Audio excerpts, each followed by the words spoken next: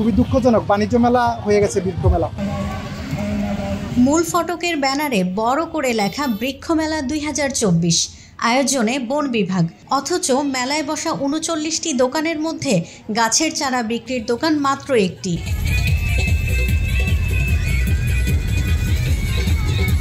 শরীয়তপুরের গোসাইরহাটে বন বিভাগ ও উপজেলা প্রশাসনের ব্যানারে উপজেলা পরিষদের কেন্দ্রীয় শহীদ মিনার মাঠ প্রাঙ্গণে 15 দিনের মেলার আয়োজন করা হয়েছে। 1 জুলাই শুরু হয়েছে এবং শেষ হবে 15 জুলাই। মেলায় 39টি দোকান বসেছে, যার মধ্যে 38টি দোকানেই ফুচকা, চটপটি সহ বিভিন্ন খাবার, কসমেটিক্স, প্রসাধনী, শিশুদের খেলনা ও রাইড এবং দা বটির দোকান দিয়ে সাজানো। মেলায় আসা অধিকাংশ দর্শনার্থী এসব দোকানে ভিড় জমাচ্ছেন এবং কেনাকাটা করছেন।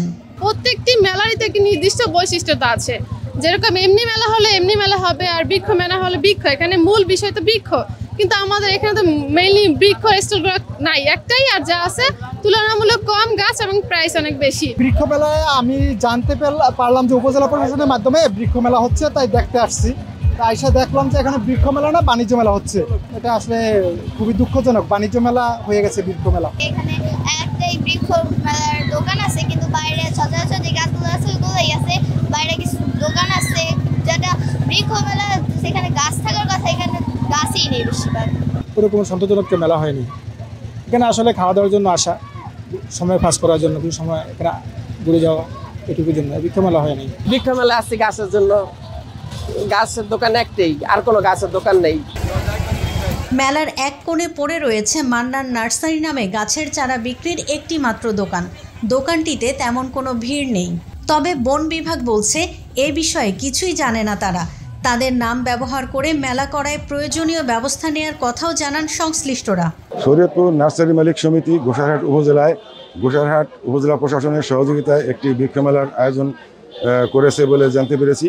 এখানে বন বিভাগের নাম ব্যবহার করেছে আয়োজক হিসাবে, যা আমরা তাদেরকে আয়োজনের জন্য অনুমতি প্রদান করিনি এবং আমাদের কাছ থেকে কোনো অনুমতিও গ্রহণ করেনি। তারা কেন আয়োজন করলো, আয়োজক হিসেবে আমাদের নাম কেন ব্যবহার করলো, তার বিরুদ্ধে আমরা তাদের যথাযথ ব্যবস্থা গ্রহণ করার উদ্যোগ গ্রহণ করব। আমাদের কোনো বাজেট নেই, আমরা মেলার আয়োজন করিনি।